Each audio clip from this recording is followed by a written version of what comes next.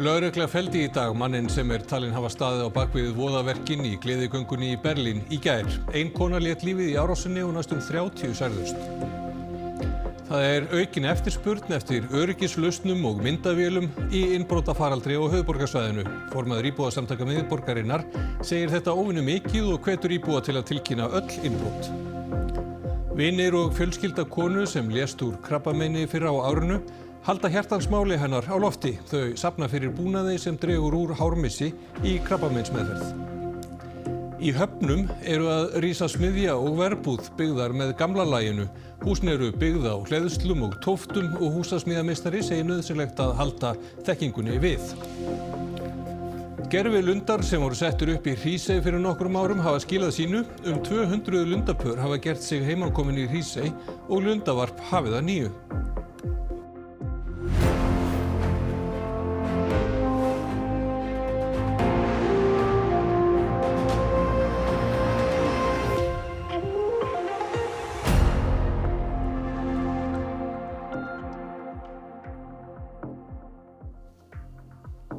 Gott kvöld. Maðurinn sem talinn vera höfuðpaur voðaverkana í gleðigöngunni í Berlín í gær var skotinn til bana af lögreglumönnum nú í eftirmiðdaginn eftir að hafa skotið að þeim. Víðfeðm leit hafði staðið að honum síðan snemma í morgun. Ein kona látin eftir árásina í gær og 30 eru særð. Þýsk stjórnvöld lýsa atburðinum sem hryðjuverkaárás. 10 til 15.000 manns söfnuðu saman á Parísarplatz í miðborg Berlínar hádegisbilið í dag til að minnast fórnarlamba þessara voðaverka í gleðigöngunni í gærkvöld. Borgarbúar eru slegnir yfir þessum atburðum enda er þetta ekki í fyrsta skiptið sem álíka árásir hafa átt sér stað í Berlín og annar staðar í Þýskalandi. Samkoman við Brandenborgarhliðið hafi þegar verið skipulögð út af öðru og gleðilegra tilefni en dagskráni var breytt í snatri. And today we come together to mourn together and to be together, to feel everything together, but also to signal to everyone that we are a community and that we will not leave, that we will not let each other fall, and that we need to be heard. And we don't want this happening to be instrumentalized by right-wing groups. Lögregla var með mikinn viðbúnað í gær vegna gleðigöngunar og umfangsmikil leit hófst fljótlega að Abdul Balut, ungum manni sem ættaður frá Líbanon og virðist hafa tengsl við öfgahópa islamista í Þýskalandi og jafnvel annar staðar. Einn maður, líklega vitorðsmaður Baluts, var handtekinn í dag. Alles, was wir hier sehen, deutet darauf hin, dass wir es mit einem islamistischen Terroranschlag zu tun haben. Ein kona lést eftir árásina og 30 eru særð eftir voðaverkin í gærkvöld. Balut talinn hafa ekið sendibílinn í hóp fólks nálægt Tiergarten í miðborg Berlínar og síðan sagður hafa ráðist að fólki á götunni með sveðju og veitt sumum alvarlega áverka. Das kann nicht wahr sein, das kann einfach nicht wahr sein. Das ist schon wieder passiert. Wir hatten das in Magdeburg, wir hatten damals in Magdeburg vor 2 Jahren auch einen CSD-Stand gehabt an diesem Tag, als das Auto reingefahren ist. Also unsere Mitglieder wissen, was das bedeutet, die waren live dabei und heute das wieder erleben zu müssen, das ist einfach schockierend, das schockiert mich selber auch und das nimmt mich auch sehr mit. Es ist ein schwarzer Tag für die Community. Fleiri innbrot í miðborgar Reykjavíkur hafa verið tilkynnt til lögreglu í júlí en vant formaður íbúasamtaka miðborgar Reykjavíkur hvetur nágranna til að fylgjast vel með. Við höfum séð óvenju mikið innbrotum þetta sumarið, meira heldur en við gert síðastliðin ár. Samtökin sendu erindi til borgarstjóra sem brást við með því að efna til samráðsfundar á þriðjudag klukkan 5. Við hvetjum íbúa til að mæta á fundin á þriðjudaginn, þar sem við viljum ræða innbrotin. Samtökin áttu einnig fund með lögreglu sem staðfesti að innbrot væru fleiri núna í júlí en síðustu ár. Flest eru innbrotin í miðborginni. En við erum að benda fólki á íbúum að tilkynna öll innbrot. Og þetta gert á netinu hjá lögreglunni. Forsvarsmenn fyrirtækja sem selja ýmsar öryggislausnir segja að salan hafi aukist í júlímánuði og mikill áhugi á því sem sé í boði til að verjast þjófum. Sigrún segir innbrotin koma illa við þá íbúa sem hafa haft samband við samtökin. Það er alveg sama hvað þið tekið, það er skelfilegt. Það er bara að fara inn á heimili hjá þér og inn á þitt enga svæði. Á fundinum verður boðið upp á fræðslu erindi öryggismál á borði nágrannavörslu. Það er eins og ævilega mælt með nágrannavörslunni en það er líka að vera athugull í hverfinu. Að maður sér dularfallar umferð og það er verið að stoppa og kíkja í glugga. Það er náttúrulega ekki eðlilegt, maður á að láta að vita. Á fjórða 100.000 manns hafa nú þurft að yfirgefa heimili sín í Frakklandi og á Spáni vegna skógareldana sem þar hafa geisað undanfarna daga. Mikill vindur og hiti hefur gert slökkviliðsmönnum erfitt fyrir að ná stjórn á eldunum sem eru orðnir með þeim stærstu sem skráðir hafa verið í ríkjunum tveimur. Íbúar og ferðafólk hafa flykkst í hjálparmiðstöðvar sem settar hafa verið upp nálægt þeim svæðum og bæjum sem hefur þurft að rýma undanfarna daga. Simplesmente saí com a roupa do corpo, fechei a porta, trouxe o meu gato e estamos aqui. Nunca pensei na minha vida passar o que estou a passar. On porte des bouteilles d'eau, des compotes, on a eu des croissants ce matin avec le café. Non, tout est bien organisé, même pour la médecine et tout. Il y a une psy, il y a de tout, il y a tout. Muito assustador por não sabermos quando regressamos à nossa casa e mesmo se voltaremos a ela, o estado em que ela está. Vinir og fjölskylda konu sem lést úr brjóstakrabbameini fyrr á árinu vilja breyta erfiðri reynslu sinni í von fyrir aðra. Þau safna fyrir búnaði sem dregur úr hármissi í krabbameinsmeðferð og finnst gott að geta aðstoðað í sínu sorgarferli. Laufey Tinna Guðmundsdóttir var 44 ára þegar hún lést í febrúar eftir að hafa greinst með brjóstakrabbamein 8 árum fyrr.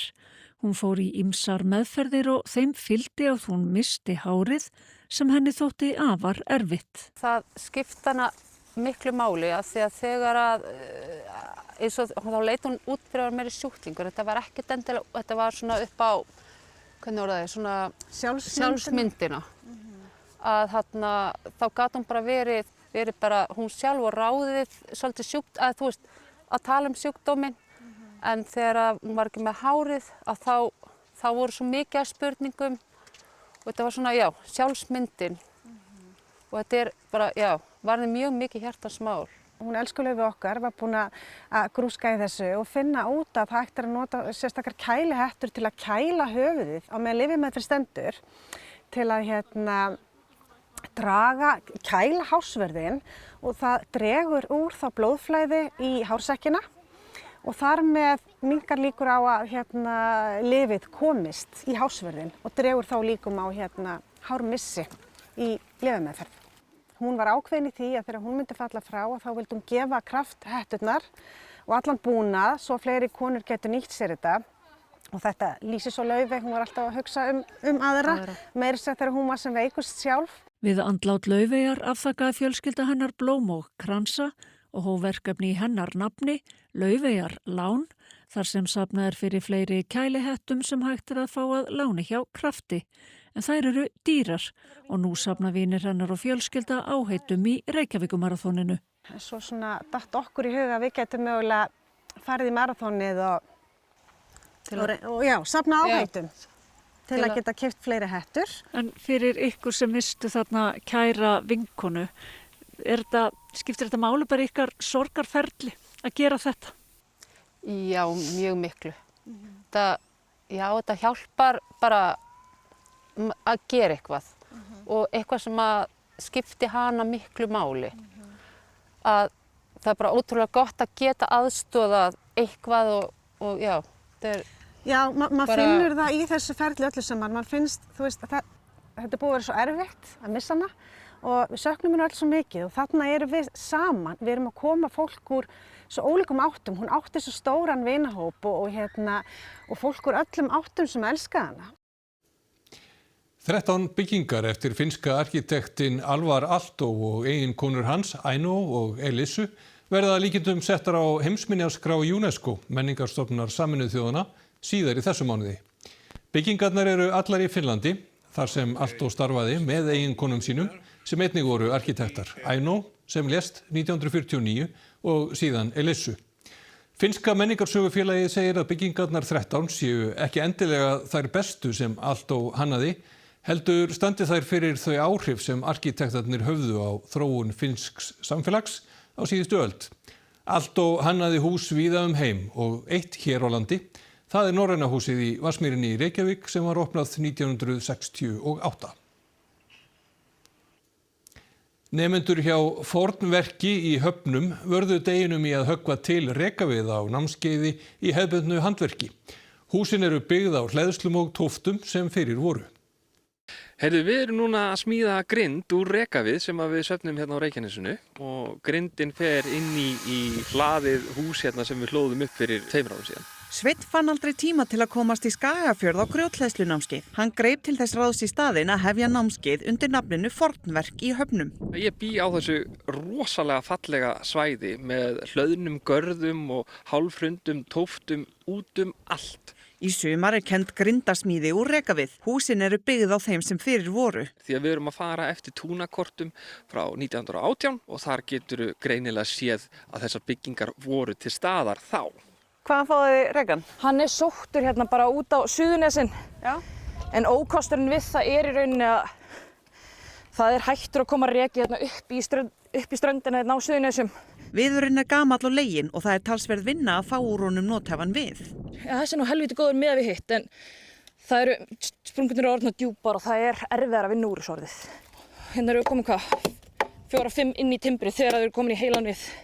Þeir bolir sem henta í stafi eru hognir til í ferkantað form.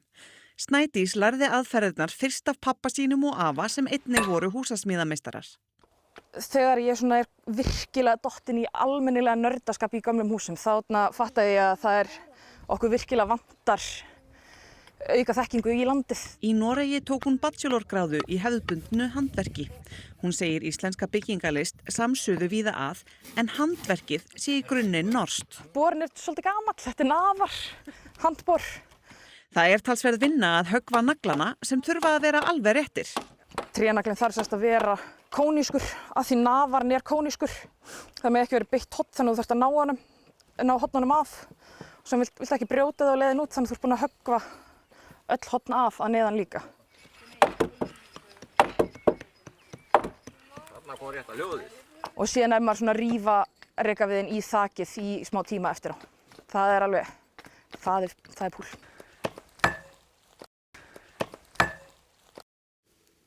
Frá Höfnum yfir í Hrísey því 200 lundapör hafa gert sig heiman komin þar, heima og ferðamönnum til mikillar gleði. Fyrir nokkrum árum voru settir upp plastlundar í Hrísey til að reyna að laða lundann þangað. Þetta er nú einmitt svona svolítið lundalegi staður sko hérna. Já, það eru nokkru lundar og fílar hérna í urðinni og brúnanum fyrir ofan. Það eru aðalega lundar, já. Lundi hefur sést við Hrísey síðustu ár en varp þar hefur ekki verið staðfest. Erpur sem rannsakað hefur lunda í áratugi leiðir hóp sem fylgist með stofninum. Þessi hvíta skítin hérna, þetta er svona vinsæll sérstaður. Enda sitja nokkru lundar þar, sökudólgarnir. Fyrir nokkrum árum var 100 plastlundum komið fyrir inni til að reyna að fá lunda til að setjast þar að. Nokkur sumur í röð. Það er gaman að sjá núna að það er bara komið varp. Kannski ekki nákvæmlega sem við settum niður lundana en okkur er nokkur saman það. Því þeir eru andráttarafl, lundin, og við erum alltaf spurðaði og ég segi alltaf á hverju ári sko, að við sjáum alltaf meira og meira af lunda. Lunda hefur fjölgað hratt á Norðausturlandi síðustu ár og mögulegt er að segja til hvort gervilundarnir hafi gert gæfu munin í Hrísey. Ég mynda mér nú samt að sko, þessir díkói sem voru bara aðalega hér, að gervilundar, þeir hafi örugglega haft á hvað ári. Í eyjum við Maine í Bandaríkjunum voru gervilundar, speglar og lundahljóð notuð til að lokka tilbaka lunda sem höfðu farið annað. Þeir sjá ekki í gegnum svona platt lundarnir? Þeir eru voða hrifnir af svona speglum, þeir eru alveg óðir í það. Þetta eru mjög forvitnir dýr, en hann er 3. Tæknin hefur einfaldað lundatalningarnar mikið. Hópurinn notast við dróna og gervigreind. Við erum búin að vera 40 ára að mæla í þessu 80 byggðir sem við erum búin með og núna getum við gert þetta bara á nokkur mánuðum. Til að kanna aldur lundana eru myndir teknar og goggurinn skoðaður. 4 ára eða eldri, þá er það varpfuglar, en það finnum við ekki að milli mála. Þetta eru varpfuglar. Þetta er varptími og varpstaður og hólur og allt svo leiðis sko, þannig að. Og Erpur segir engan vafa á því að lundin sé komin til að vera í Hrísey, sem sé griðarstaður bæði frá ref og mink. Nokkrar lundabyggðir eru í eynni. En þetta er varp sem er að byrja og Ég held að ég bara að vaksa, sko. Ég alltaf verið svolítið hissa að það væri ekkert varp hérna, af því að þetta núna svona fæðumiðin í kring. Freyr segir lundana ekki síður vekja lukku en hvalina, sem reyndar létu ljós sitt skína á meðan siglingunni stóð. Hvalir og lundar, það er fullkomin blanda. Þeir eru búin að nema land hérna alveg án efa. Og frá Hrísey yfir í Hafnarfjörð, því sílaveiðimenn, sóldýrkendur og fleiri nutu blíðriðis við Hvaleyrarvatn í dag. Gestir svæðisins grilluðu, syntu, sildu og léku sér. Við erum í afmæli hjá vinkonum okkar. Og er þetta góð leið til þess að ég haldi upp á afmæli? Já, mér finnst það. Þetta er mjög gaman. Og hvað það við verið að gera í dag? Eins og við vorum á svona kajakdæmi. Ertu búin að veiða eitthvað? Já, nokkuð síli. Hvað gerður við sílinn? Hentum aftur út í. Hvernig veiðir maður síli? Maður bara bíður eftir síli og ef maður sér eitthvað þá reynir maður bara að ná því. Með háfi, ekki veiðistöng. Hvað eru þið að gera hér? Við varum bara að kíkja og ég vildi bara vana. Hún fekk bara hugmyndina að koma hingað. Hafði ekki komið hingað í mörg ár. Það er bara ógeðslega gott við hérna. Hvað eru þið að gera hérna? Bara að fara á bátinn. Gerið þetta oft þegar gott veður? Stundum. Hvernig er að róa bát hérna út á Hvaleyrarvatni? Bara svona ágætt. Stundum verður erfitt ef við gerum of lengi. Er það erfitt fyrir ykkur? Stundum. Já, blíða í dag og spurning hvernig veðrið verður næstu daga. Norðanvindar munu einkenna vikuna framundan og þá má búast við björtu veðri á löngum köflum sunnan og vestan til á landinu en norðan og austanlands verður öllu meira skýjað með vætu á köflum og það á sérstaklega við fimmtudag og föstudag eins og spárnar standa núna. Hiti næstu daga verður á bilinu 10 til 18 stig, hlýjast sunnan heiða. Meira veðrið að loknum íþróttafréttum. Eitt Íslandsmet var slegið á meistaramóti Íslands í frjálsum íþróttum í dag en mótinu lauk nú síðdegis. Guðni Valur Guðnason vann 2 greinar í dag. Ég ætla ekki að gefa þeim medalíu á silfurfati. Sleggjukastararnir Guðrún Karítas Hallgrímsdóttir og Elísabet Rut Rúnarsdóttir segja alveg klárt að samkeppnin þeirra á milli hafi gert þær betri. Við ræðum ítarlega við þær stöllur. Og á 4 hjólum var rallkeppni í Skagafirði og Formúlu 1 keppni í Ungverjalandi. Íþróttir hér eftir andartak. En fyrst skulum við rifja upp helstu fréttir kvöldsins. Lögregla felldi í dag manninn sem er talinn hafa staðið á bakvið voðaverkin í gleðigöngunni í Berlín í gær. Ein kona lét lífið í árásinni og næstum 30 særðust. Það er aukin eftirspurn eftir öryggislausnum og myndavélum í innbrotafaraldri á höfuðborgarsvæðinu. Formaður íbúasamtaka miðborgarinnar segir þetta óvenju mikið og hvetur íbúa til að tilkynna öll innbrot. Vinir og fjölskylda konu sem lést úr krabbameini fyrr á árinu halda hjartans máli hennar á lofti. Þau safna fyrir búnaði sem dregur úr hármissi í krabbameinsmeðferð. Í Höfnum eru að rísa smiðja og verbúð byggðar með gamla laginu. Húsin eru byggð á hleðslum og tóftum og húsasmiðjameistari segir nauðsynlegt að halda þekkingunni við. Gervilundar sem voru settir upp í Hrísey fyrir nokkrum árum hafa skilað sínu. 200 lundapör hafa gert sig heimankomin í Hrísey og lundavarp hafið að nýju. Það var þessi fréttatími á enda. Við erum á vaktinni allan sólarhringinn á rúv.is og svo eru fréttir næst í útvarpinu klukkan 10. En við kveðjum ykkur í kvöld með myndum sem Jóhannes Jónsson tók á dögunum af fallegu sólsetri í Reykhólasveit. Verið þið sæl.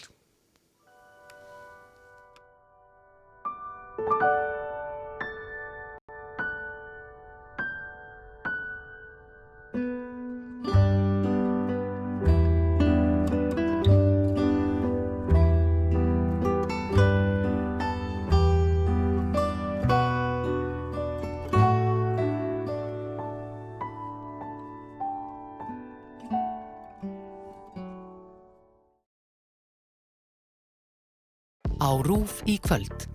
Steinsnar frá þjóðvegi eru þættir náttúru, sögu og menningu. Örn Árnason bregður sér í hlutverk leiðsögumanns og leitar ekki langt yfir skammt að áhugaverðum stöðum víða land. Leyndarmálið Íslensk heimildamynd uppruna verðmæts biblíubréfs sem hvarf á 8. áratugnum. Lögreglu tókst ekki að upplýsa málið á sínum tíma, en í myndinni opinbera frímerkjakaupmaður loks leyndarmálið hver stóð á bak við sölu bréfsins úr landi.